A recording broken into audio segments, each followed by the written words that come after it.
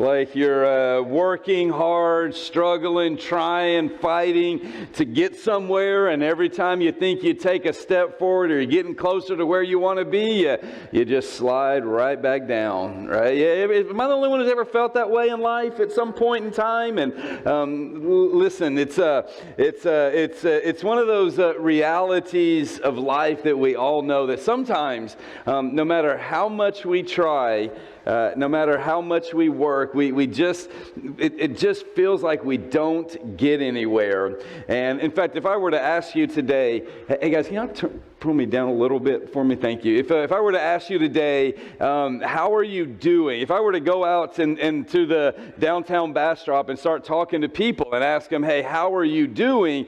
Probably the number one answer that I'm going to hear from someone is, I'm busy. I'm fine or busy. Yeah, busy, like fine's a good one, right? But a lot of people are going to say, I'm busy, right? And we are a busy people, aren't we? And it makes me laugh whenever I think about it, because we have all of these things, all of these tools, all this stuff that was supposed to make life less busy, right? I mean, we've got phones that we can do email and internet on and all kinds of other things, and we're told, right, that, hey, this tool is going to make your life better, and all it really ends up doing is just meaning that we're always in touch, always constantly in touch with people. Have you ever left your phone somewhere for a day and go, life is amazing, isn't? Some of y'all had withdrawals, but some of us are going like, man, no one's calling me and they're texting me every 45 seconds, and it makes us busy. I remember when that thing that shall not be named first came into existence, right? And people started having to work at home. And if you remember, I mean, some of you were even talking about how exciting it was that you could work from home, that you didn't have to, go into the office, and you could just put on a decent shirt. That's all you had to wear, right? For all your Zoom meetings, and how great that was. And now what we're reading and what we're finding is that people, because they can work from home, they're always working. Right? And suddenly it goes from there's no break, there's between work life and home life, and it's causing a lot of issues for a lot of people. I think about for those of us who are parents, like this idea, this pursuit of wanting to have well-rounded kids, and those kids are needy, man. Like they need to be involved in a sport, they need to be involved in something like arts and music, and they need to do something academic, and they get to do something fun, and suddenly you find yourself driving 35 different places in 1 week for just one kid, and you spend all of Sunday afternoon trying to coordinate who's going to get who, where, when, and how, and some kid just going to have to walk or figure it out. I don't know how we do it, right? Because we're busy, and we're busy sometimes with good stuff. I'm not saying it's all bad stuff. I'm not saying it's stuff that doesn't matter, but it's almost like we wear our busyness almost as a badge of honor, don't we? I mean, if you've ever met someone and go, hey, how you doing? They say, well, I've got all this spare time on my hands. I don't know what to do with, so I just sit around all day and stare off into space because there's nothing really to do. You might be thinking, if you're anything like me, I would go, you need to start doing something, right? You can't just sit around all week. You got to be busy doing things. And sometimes that's good, right? I mean, sometimes God created us to work and to produce and to make things, and so I think all of that's important, but what we're finding is that in our world that is so very busy, in our world that sometimes feels like that woman where all we're doing is just struggling and struggling and struggling and struggling and not feeling like we're getting anywhere, what we see is people who struggle with depression and loneliness and anxiety and fear and stress because they feel like they're working, but they're not getting anywhere. And we live in a world where people are very busy, and often empty, aren't we? And the reason for this is actually pretty simple. I mean, it's not simple to solve. It's not like, hey, I'm just going to say this next sentence and everyone's going to go, oh, life is perfect now. But it really is pretty easy, because there is a difference in a busy life and a full life. Can I say that? Because, I hope you get that, because that's such an important truth. There is a difference in a busy life and a full life. And in our world, sometimes we trade busyness in for fullness, and we think that busyness is going to create a full life, but those two things are very, very different than each other. And the problem that we have is that we pursue busyness instead of the fullness of life that God created us for. Now, this problem is not a new problem. We're not the first people to face it, not the first society and culture to deal with it. It's a problem that has been around, for at least 2,000 years, because I think the Apostle Paul addresses this problem. He talks about this problem when he's talking to the church in Philippi. He talks about it several times, but we're going to look today is how he discusses this with this one group of Christians who, like many of us, I think, were busy doing things. And for them, their busyness was working from sun up to sundown, not to have extra things, but just to have enough to survive. And then they're trying to follow God on top of that and do all the different things that they're supposed to do. And they're busy, but many of them, I believe, felt like they were also empty, like that woman in that video, just trying to get up the stinking hill and not getting anywhere. And so we're going to look at what Paul is going to tell us is that we are not created, we were not designed to seek empty, meaningless, busy pursuits, that we are designed to be a people who are living for a purpose. And I think if anyone knew or understood their purpose, it was the Apostle Paul. In Philippians that we're going to look at, he writes this book while he is in prison, right? And in prison, expecting to die. Like not just like, oh, I got to do a little jail term and I'll get out in a few months or something like that. No, he's sitting here in this Roman prison, fully expecting that his life is going to come to an end. He knows that he does not have many days left, and he doesn't know if it's just a few years, or if it's a few months, or a few weeks, or a few days. It could be any of those. And it's in that context that he writes this book, this letter to the church in Philippi, and he starts in the beginning of it by saying a phrase that is maybe one of the most well-known phrases that the Apostle Paul says, because in chapter 1 he says that, listen, I want you to know that to live is Christ and to die is gain. Now, that's one of those things that sounds really good. Some of you probably even have a coffee mug or a little plaque up in your house that shows that, right? That to live is Christ and to die is gain. And it sounds really good when you have everything you want. Right, but when you say that in the context of sitting in prison, where you know that you could be dying any moment, any day now, when you say it there, it has a whole new meaning, because what Paul is saying is that, guys, if I die here, it's okay, because I get to go with Jesus. Like he's saying, I am willing and ready and expecting to die, because the minute I take my last breath here, I get to go stand face to face with Jesus, and it's going to be worth it. And not just in theory, but in reality for him. But he also says that if I get to live, I get to tell people about Jesus. So it's all for Paul, all about Jesus, either meeting Jesus or telling people about Jesus, either getting to go to heaven and removed from the pain of this world, or telling others how they can find life and find it to the fullest. He's saying, I'm either going to meet Jesus or tell other people about Jesus. And he knew that that was his purpose for living. And we forget, right, that Paul had other things to do. We forget that Paul had a job, right? We would call him a home builder. He built tents, right? Mobile home builder, right? But he built tents. That's what he did. That's how he paid for himself. He says, I don't take money from you guys for this. I don't want anyone to say I'm doing this for money. So I can make some money building tents, and I'm going to do that, and then I'll go out and use that to take the gospel to the ends of the earth. So Paul's not just sitting here going, hey, I just, when I get a chance, I'll tell some people about Jesus. No, he's saying, like, my whole life, even the reason I do my job is so I can tell people about Jesus, because to live is Christ and to die is gain. And then he follows that up by telling us something. telling us a truth that I believe has the ability to show us, help us understand our purpose and change our entire lives. Look at what he says in verse 27 of chapter 1 thing. Just one thing. As citizens of heaven, live your life worthy of the gospel of Christ. Then whether I come and see you or am absent, I will hear about you that you are standing firm in one spirit, in one accord, contending together for the faith of the gospel. For the faith of the gospel. What's Paul saying? He's reminding us that we are first and foremost citizens of heaven.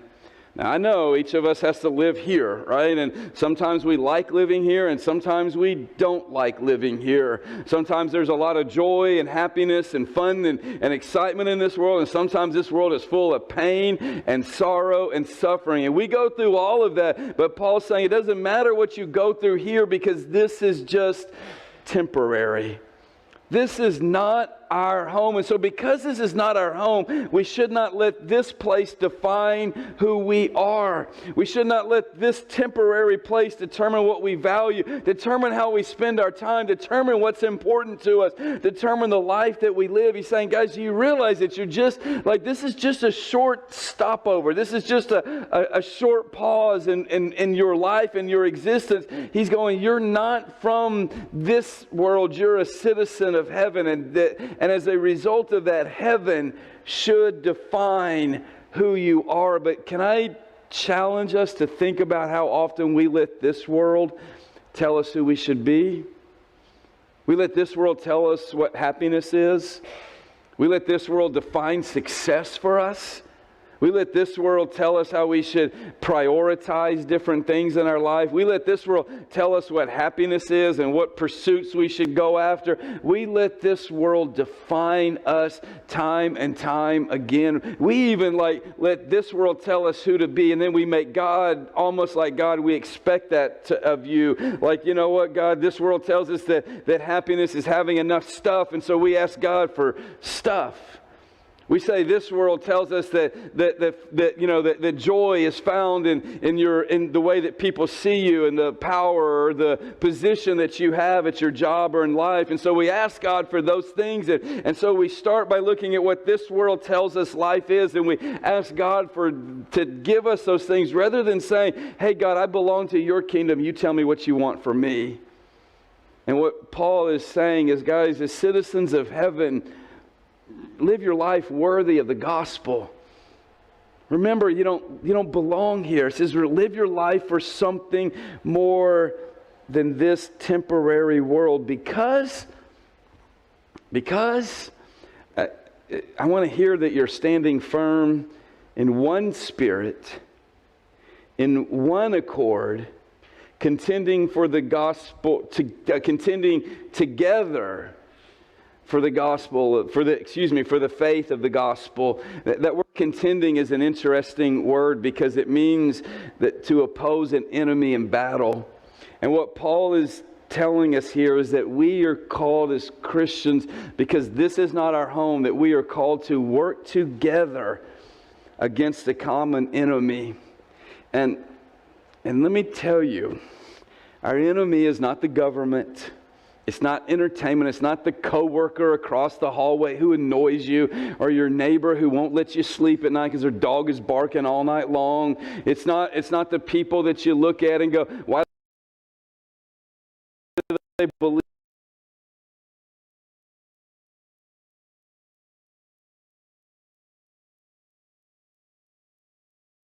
that our struggle is not against flesh and blood, but against rulers, authorities, powers, and he sums it up this way: spiritual forces in the heavenly realms. We like to, sometimes that gets some of us a little bit like, I don't know about that, Stephen, you're talking a little crazy to me, but the truth is the Bible talks about that there is a real spiritual enemy. We call him Satan, Lucifer, the devil. There's all kinds of names, but it's all for the same one. And he's not some guy like in red tail and a pitchfork running around like going, I'm going to cause some problems over here, and then running and I'm going to cause some problems over here. That's not the goal of the enemy. The goal of the enemy is not to cause problems. The goal of the enemy is to take as many people to hell with him as he can. And he says, that's what we're fighting against. He says, as Christians, you understand we have a real enemy, and he has one goal: to take as many people to hell with him as he can. And what Paul is reminding us is that we have another goal. It's the opposite goal, and it's to take as many people to heaven with us as we possibly can. And that we need to realize that we are called to work together to do all that we can to take as many people as we can with us to heaven, and to fight against our enemy who has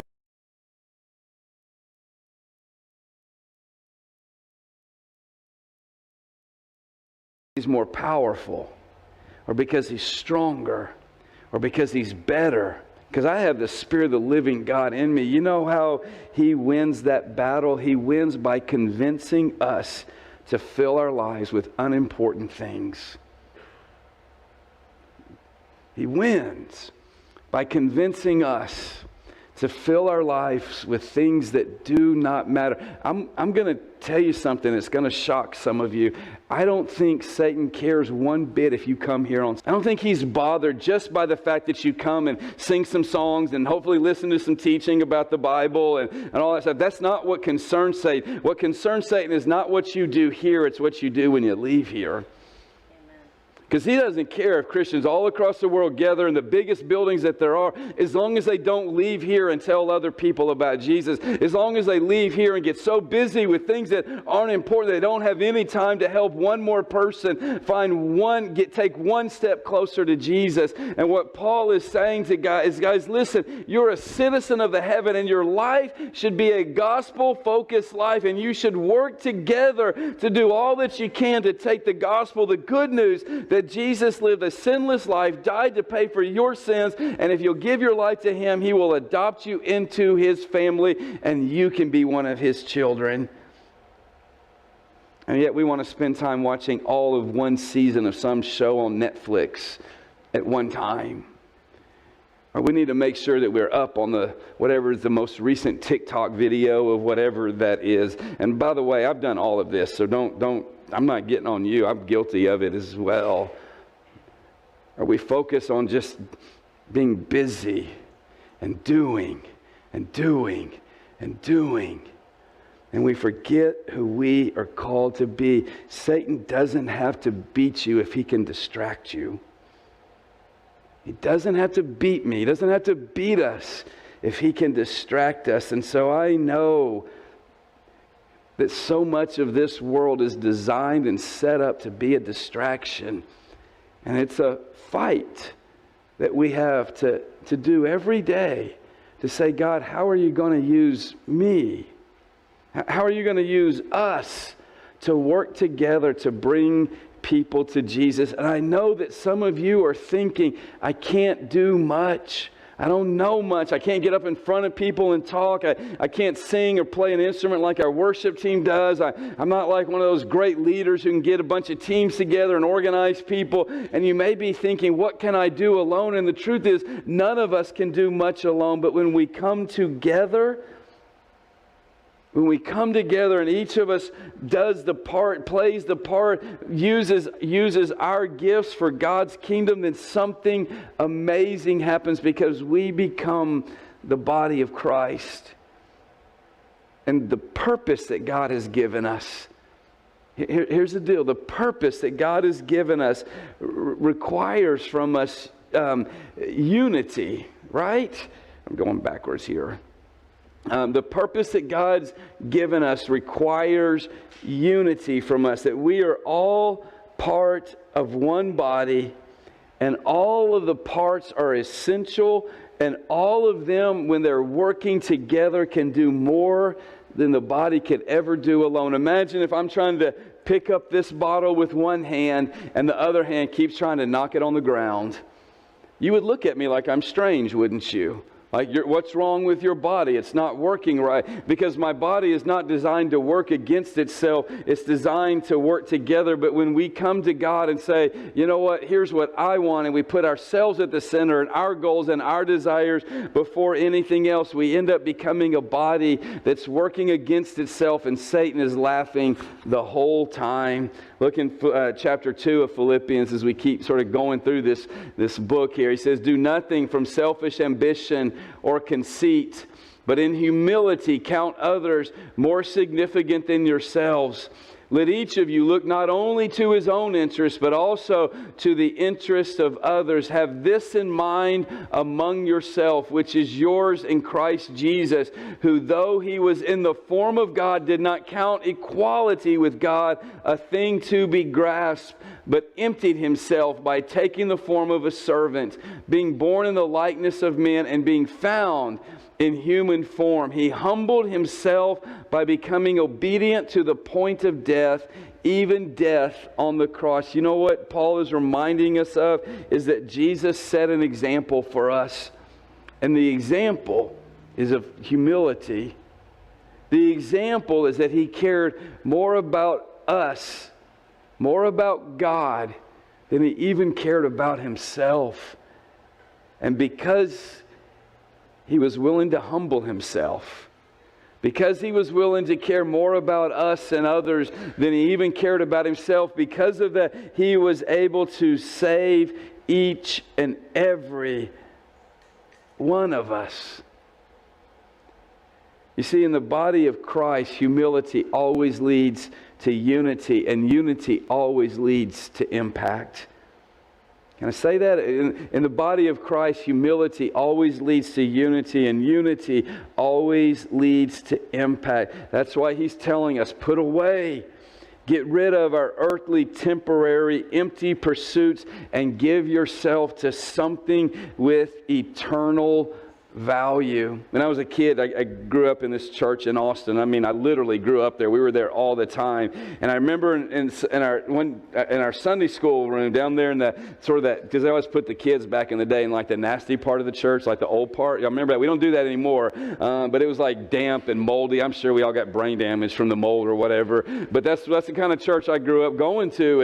And I remember I can remember seeing, in fact, when Pastor Philip and I were planning, we were talking about this, and he brought up this memory of this poster that we used to have down our, and the moment he said it, like you ever thought of something, you like remember the smell of the area, and I could remember that smell of like that little Sunday school. And here is the poster that we all had growing up, right? Some of you can remember this if you grew up in church as a kid, like you would have this thing called joy, right? They would have the big joy thing, and it was Jesus first, others second, and yourself last, and that's how you find joy. And I can remember as a kid coloring this. Somewhere my mom might even still have this picture somewhere, some old nasty coloring, because I really wasn't into the whole coloring thing. I wanted to go play and do stuff, so it was like, just get it done so we can go outside and do the playground stuff. But I can remember this poster, this picture that we looked at, because it's a great reminder, right? That we're supposed to, as Christians, put Jesus first and others second and yourself last. And we know this. Like if you've been in church much, you know this. Like you've heard people talk about it, but the reality is that we more often than not get this backwards, don't we? And we would never say we're going to put ourselves first. But think about what our statements say. I didn't like that. I wish we would do it this way. I don't know why they do it that way. I wish they would think the way I think. I wish they would live the way that I live. I wish everything would be like me. I wish that you would listen to what I say. And even if we won't say it out loud, we feel it, we think it. In fact, we judge even parts of our church based upon how it affects me. And what we're doing is we're putting ourselves first. And how often do we ask God, what do you want? God, what is it you want? What do you want from me? What do you want from me? What do you want from my church? What do you want us to do? God, how do you want us to live our lives? And God's always going to say, listen, I'm going to tell you the first thing that I want you to put other people first, above you. Second, after Jesus, before yourself, right? That's what I want. That's what I want for you, because that's what Jesus did for us. Jesus, I always think about that passage in the Bible that says that if Jesus had wanted, while he was hanging on the cross, he could have called down a legion of angels. And here's why that's powerful, because every time one angel shows up, you know what people do?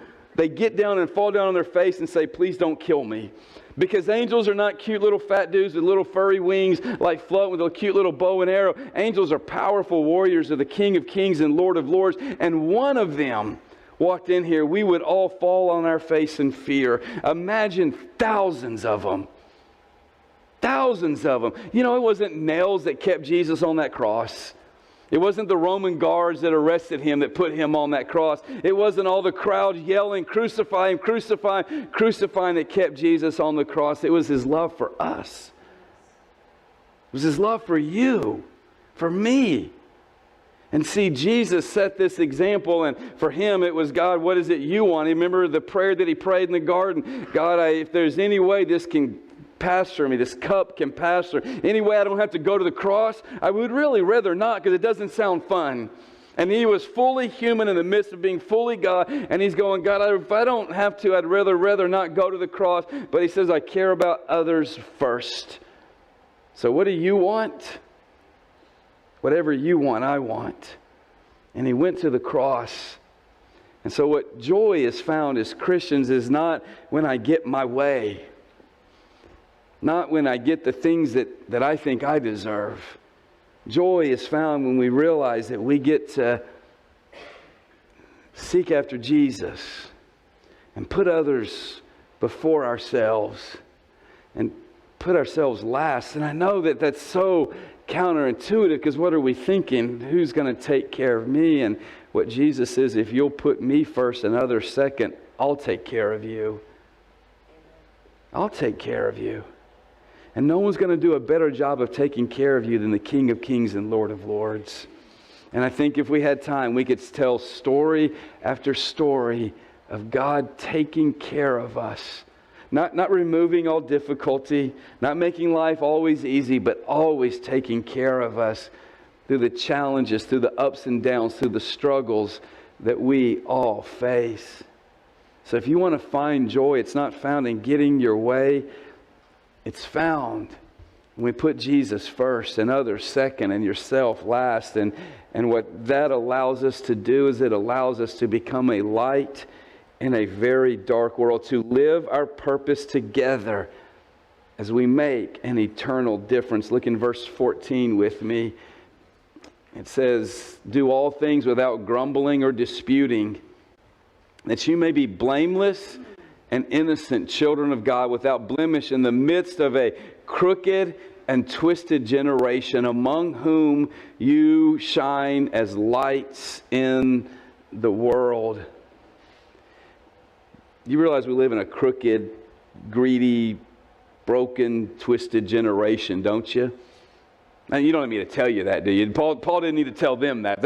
Everyone's going like, yeah, Paul, we live in a messed up world. We see it all around us. We hear about it every single day. And we look at it and we go, God, what's wrong with this world? And in fact, I had someone just a few weeks ago, say, Pastor Stephen, I feel like the world's the darkest that it's ever been. And I was looking at him like, I wasn't going to argue with him there, because I don't know if that's true or not. Like, you look back through history, there's been some really dark times in the history of mankind. And we got some better things going on now than in different times. So I don't know if it's the darkest time that the world's ever been. But all I know is that the darker the world, the brighter the light. And so I don't worry about how dark this world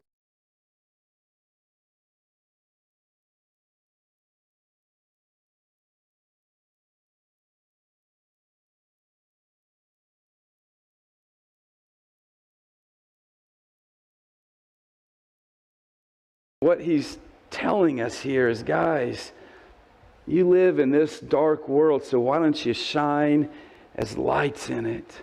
I was reading an article this morning. I don't normally do that. I get up a little bit early and I'm reading, and in fact, a friend sent it to me, and it was about some Christians, some Egyptian Christians in the United States who were going to a pretty well-known seminary out in California, and their plan was to return back to Egypt, or their plan is to, once they finish their training and their education, they want to return back to Egypt to pastor and to start churches all over that. And while they were there, a group of Christians were martyred over in Egypt, some of whom were related to those Christians who were here in the States. And so they're heartbroken over that, right? Because those are their friends, their classmates, and these are these Christians who are going through some difficulty that we can't even imagine. So some of the other students had the idea of, why don't we have like not really a funeral, but a time of mourning and lamenting for these Christians that were martyred over in Egypt. And so they go to the Egyptian Christians at their school and say, here's what we want to do, and here's why. Our heart's broken, we're sad, we hurt for you.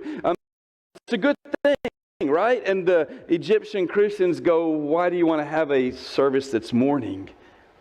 And they go, well, we're sad, right? We hurt for you. We know you must be. Those are your friends. Those are your family. Those are people. That could be you one day. And they go, listen, in Egypt, when Christians are martyred, we don't mourn. And I'm reading it going, this is the craziest thing I've ever read in my life. Well, I'm not reading, I'm reading it like this. Okay, this is the craziest thing I've ever read in my life. Like, right, seriously, like if a bunch of people that I knew were killed for their faith, I would be heartbroken. I would be from Egypt who were going, we not going to mourn. And they go, there's two reasons why. One is that, as the Apostle Paul said, they were found worthy of suffering like Jesus. And so that means when they stepped into heaven, Jesus himself welcomed them home and he rewarded them for what they went through. Why would I be sad for that? And I'm like, that's a different perspective, isn't it?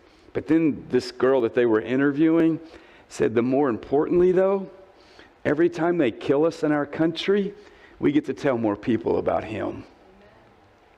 And I'm going, oh yeah, I don't even want to talk to them. Oh yeah, someone made fun of me and I got all upset and stayed up all night worrying about it. Oh, I didn't get to finish my whatever, and now life is falling apart for me. And it challenged me even this morning, thinking about what I'm going to talk about, to remind us that, you know what, we live for this world so much that we think if something bad happens here, then life must be bad, rather than living for eternity, for the purpose that God created us for. And He created us for one thing, to be a light in a dark world, not to draw attention to us, but to draw attention to Him. And our enemy has become so good at saying, hey guys, go to church, be whoever you want to be, and when you leave, just fill your life with empty stuff so no one can see your light. And the beauty of what God's called the church to be is not a group that just meets. This is important. You need this whether you realize it or not, right? Whether you understand it or not, you need this. You need the opportunity to gather with other Christians for encouragement, to be lifted up, to worship together. All of that's important, but not if that's all that we do. Because we're called to leave this building and be a light to a dark world. And if that means that I have to give up my life so that someone else can find life in Jesus, it's worth it. Because when I get to heaven, when I stand before Jesus, the pain and the difficulty of this world is not going to matter. I did a funeral for Mr. Bridges yesterday. Some of y'all know him or knew him. He went on to be with Jesus. This godly man, like every time you gave Mr. Bridges a hug, Jesus just came out. Right? You didn't want to hug him too tight because he may all come out, fill the whole room. I mean, that's who he was. He just exuded Jesus. He loved people. He led, I can't even begin. Probably, I guarantee he's led more people to the Lord than I ever could, just because he did it every single day. And every opportunity he had, he told people about Jesus. And I'm telling you, when Mr. Bridges took his last breath in this life and stood before Jesus, he heard the words, "Well done, my good and faithful servant." Well done.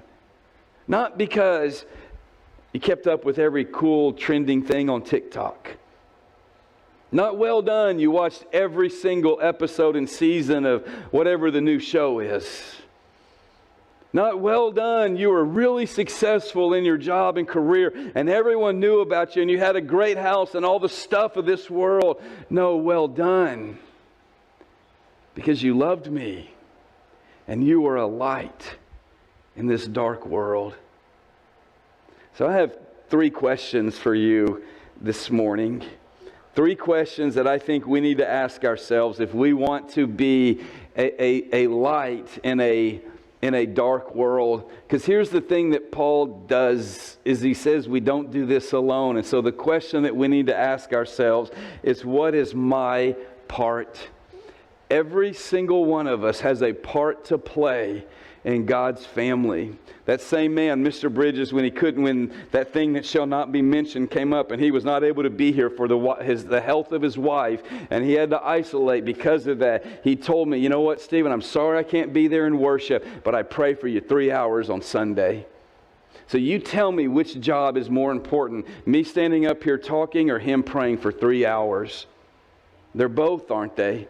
They're both necessary.